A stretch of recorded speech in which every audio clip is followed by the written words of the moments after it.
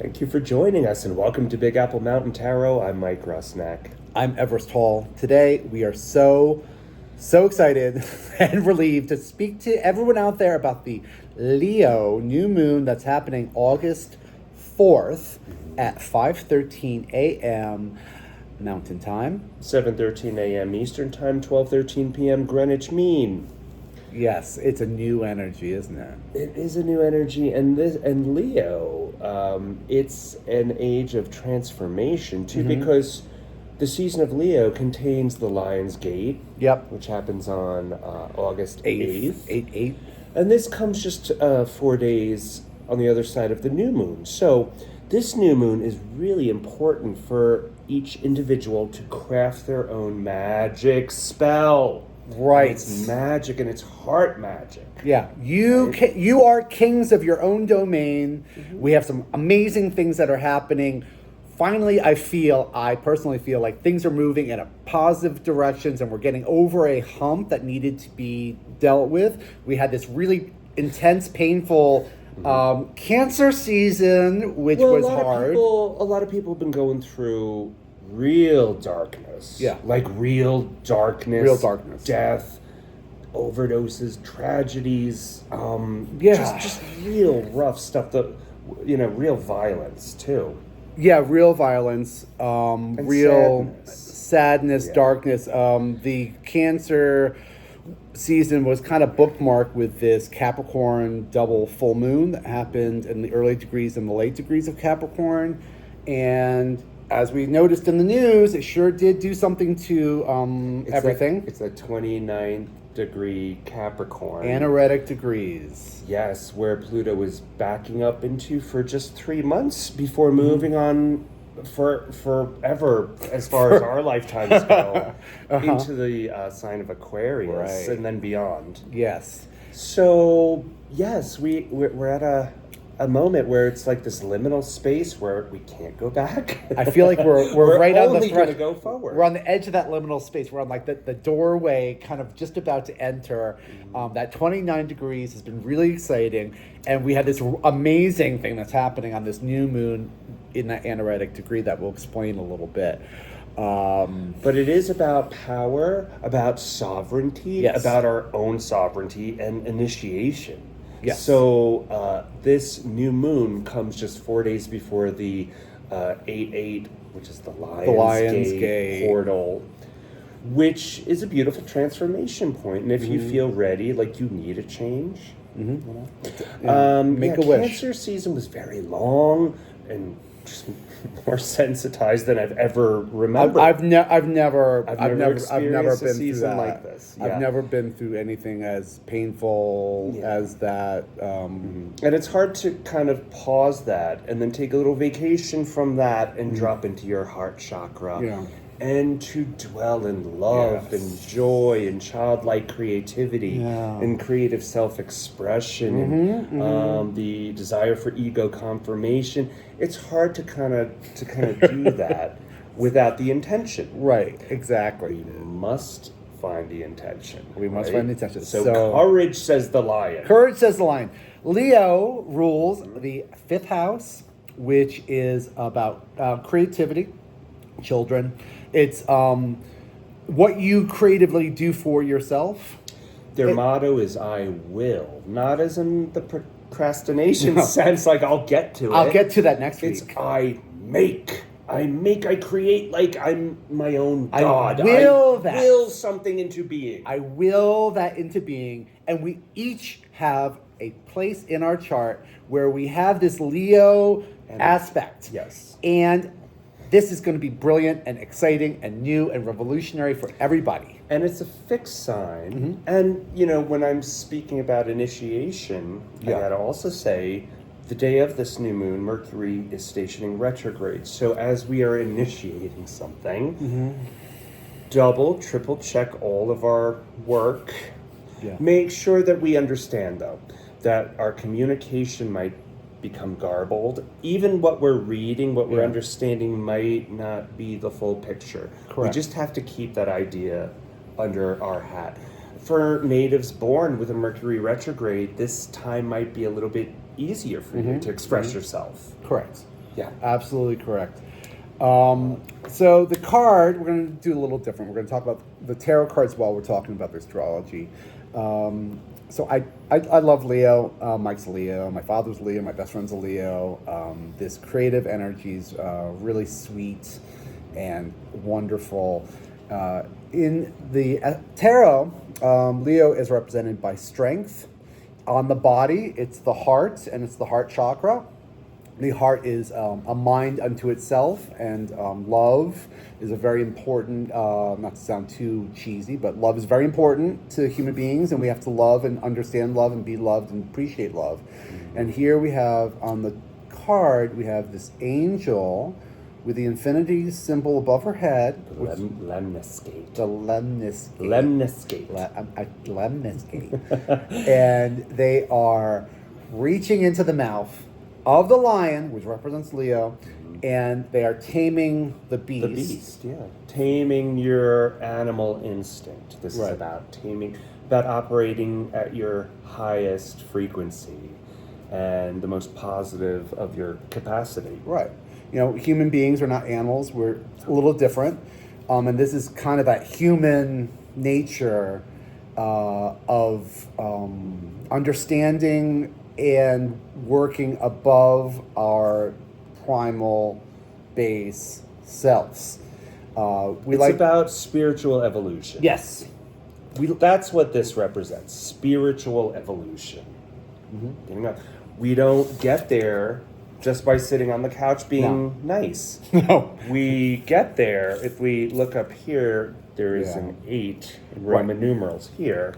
If you look at the other cards containing 8s, you have this person working on their value set or their money. Their craft. They're hard at work crafting, nose to the grindstone. There's a uniformity in the craftsmanship that's happening here. They're taking their values, and not only are they kind of making them uniform and categorizing them, but because they're categorized and uniform, they're easy to explain to other people. There's nothing nebulous about this product that they're making. It's a seeable, kind of understandable thing. We don't get there. We don't get here from nowhere. No. We get here. We gain our strength by thinking until we cannot think anymore, until we're all caged up with our thoughts, and we can't see what's going on, so we have to use our intuition. The water. We gotta use trust our emotional space. Intuition. Then we intuit, and we emote to the point where we can't emote anymore, and then we have to walk away from that. Right. And then the 8 of Wands. Our passions are wonderful, but we don't really do much with them until they are at least organized. And easy to understand, so that we know what we can do, so we can build a roadmap. Yeah. So here, all our passions are pointing in the same direction. And as the Leo's got sovereignty and authority over the world. They're kings, and because they have this sovereignty over the world, they can control their passions and organize it. They can control their thoughts and kind of emotionally kind of realize what it is. It all sounds so very serious. It's so serious. But you have to remember, go back to your heart, go back to your joy, go back to your childlike creativity. And keep saying childlike creativity. Be simple and rediscover the world, right? Right, rediscover the world in this generous, benefic, you've got enough. Your coffers are full and they replenish, and you can share. Leo, I like to think of Leo as this generous king who is so do we. I know. Who is so blessed and happy and magnanimous and flamboyant and gorgeous and and just beautiful. That they're able to share, and part of what they can share is just themselves and their beautiful personalities. And their inspiration. Their inspirational qualities of strength. Yes. So on the 4th at 5:13 a.m. Mountain Time, 7:13 a.m. Eastern Time, the Sun and the Moon will be at 12 degrees of Leo. Yes. Venus will be at 29 degrees of Leo. Anaretic degree. At the anaretic degree, and in an out of sign conjunction with Mercury at 4 degrees of Virgo. Mercury rules Virgo, and that's great. But Mercury will be stationing retrograde. It's about to go retrograde. Yeah. So for 3 weeks. Right. Just like the last video, careful of your words. Keep it under your hat. Try. An ounce of behavior is worth a pound of words. Yes. Right? It's still a very emotional time, and people could get confused on what your actions mean. If you're, there's a garbling of information that's happening right now, which is fine because we can work from our heart. Mm-hmm. Yeah. Courage, says the lion. Also, there is a interesting aspect called a Yod. A yod, which rhymes with chode. Yod. Yeah, we're all going to get kissed on the yod. There is a yod is it's the finger of God. So there's this relationship. It's a fate finger. A fate finger. So there's a relationship between 29 degrees of Pisces, where our friend Neptune is, and 0 degrees Aquarius, where Pluto is. And then Venus is in Leo, 29 degrees. Mm-hmm. And so they're all, it's this really amazing fate. Mercury and Venus are 150 degrees from Pluto and from Neptune, respectively. Correct. In each direction. And that is a fate finger, initiation point. Right. And at the very least, this is a time to kind of craft that Lionsgate magic that you want for yourself, for a complete transformation. Yeah, and something brand new, creatively, right? And it's about creativity. It's about creativity, but it's pointing right at Venus. So Venus is our values, it's our relationships, it's also our money, and it's pointing at that, and it's kind of blessing everybody, and it's giving everybody like a nice little crown on their head. Okay, so we have the sun and the moon at 12 degrees of Leo, and then we have Venus at 29 degrees, that's the anaretic degree of Leo, in an out-of-sign conjunction with Mercury at 4 degrees of Virgo. And this is forming the point of that yod, that finger of fate. Yes, the finger of fate. Which harnessing the end of Pluto in Aquarius at 0 degrees of Aquarius, and that's power of the people. And the other end is in Neptune in Pisces at 29 degrees of Pisces. That's the anaretic degree of Pisces. Right. So that's spiritual inspiration. This is all about spirituality, and perhaps because it's involving Venus and Mercury, this is maybe about tough conversations with a loved one or a partner, right? This might be the hardest conversation we've ever had. There's a lot of tough conversations happening. Tough but necessary. Now, courage, says the lion. Courage, says the lion. And speaking of lions, Regulus, which is a fixed star, one of the royal stars, is conjunct Venus at 29 degrees, which is part of that yod.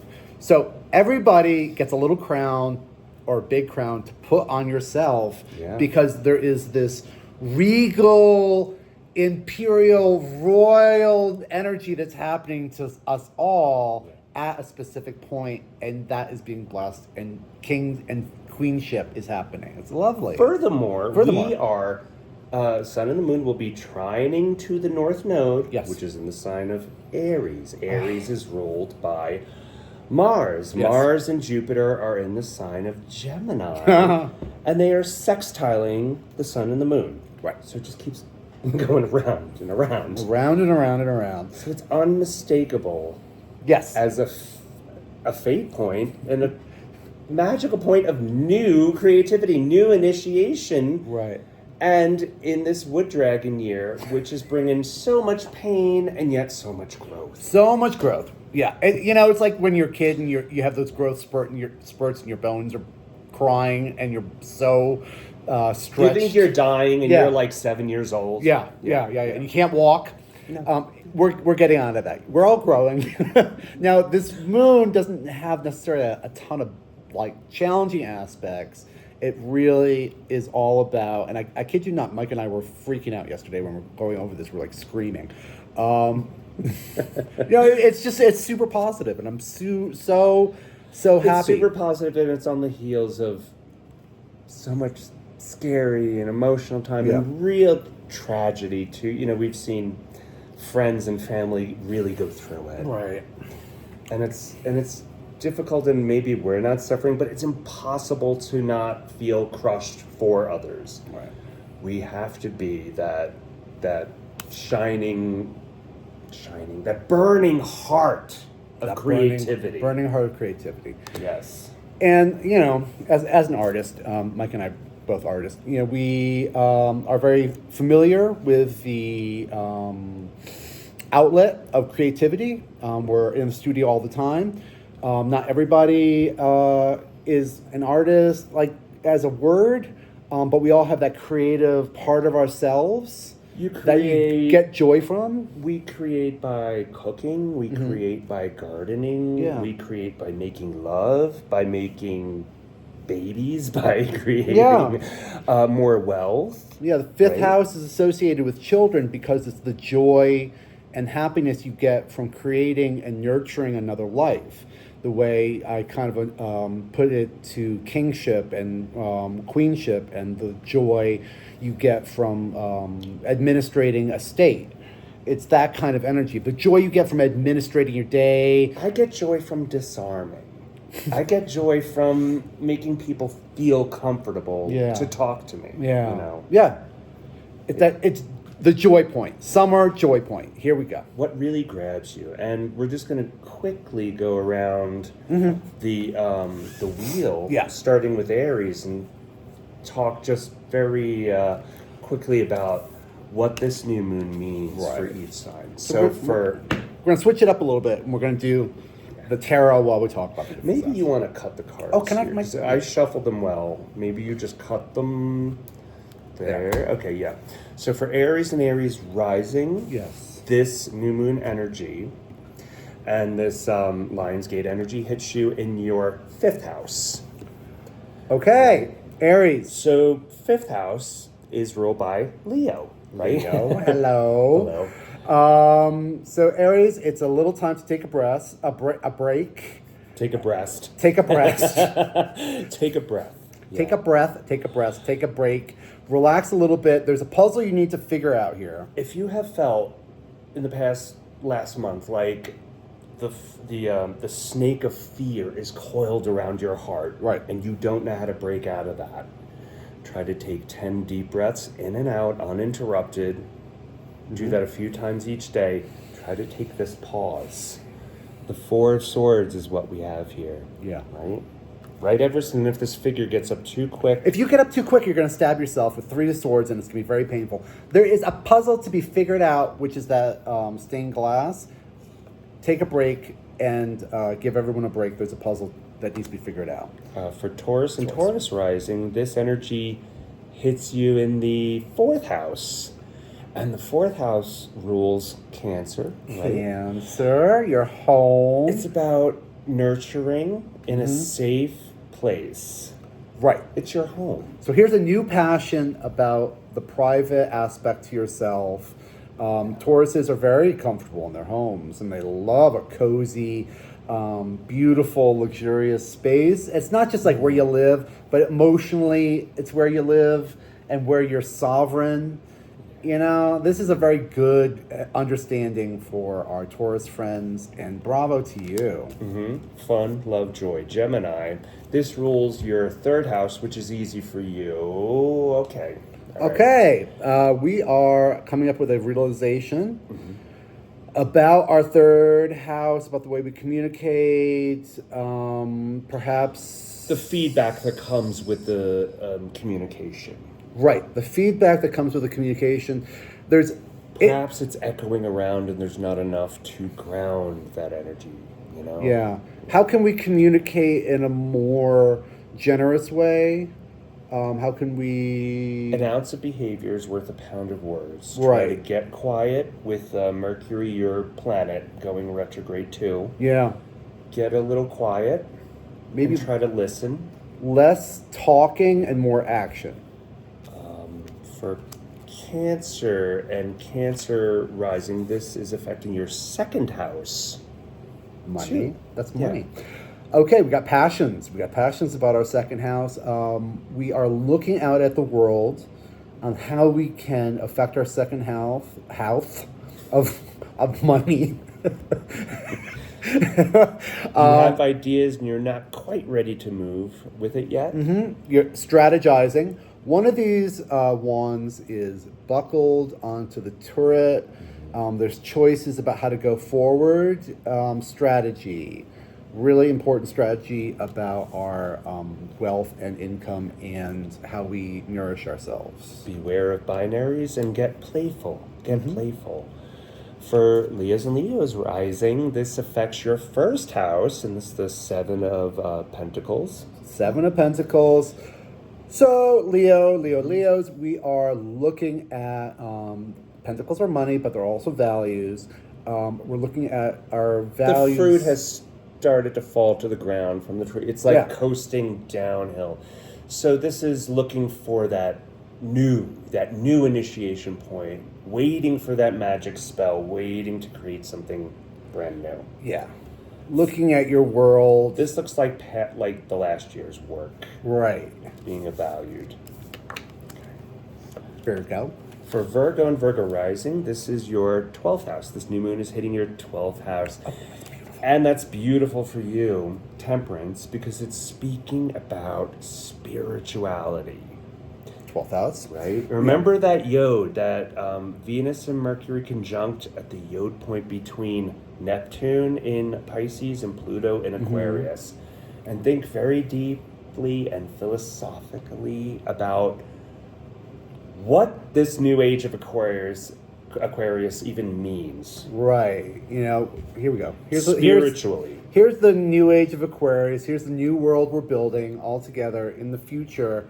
What does that mean, and how can we affect it, and how can we be balanced in our understanding of the future and help everybody organize? All right. How best to serve. Libra. So Libra and Libra rising, this is affecting your 11th house. Hey, that's And- Aquarius. That's a people. It's people and Friendships. friends. It's friendships and networks. Networks. So the world is it's a very positive card. It represents a completion.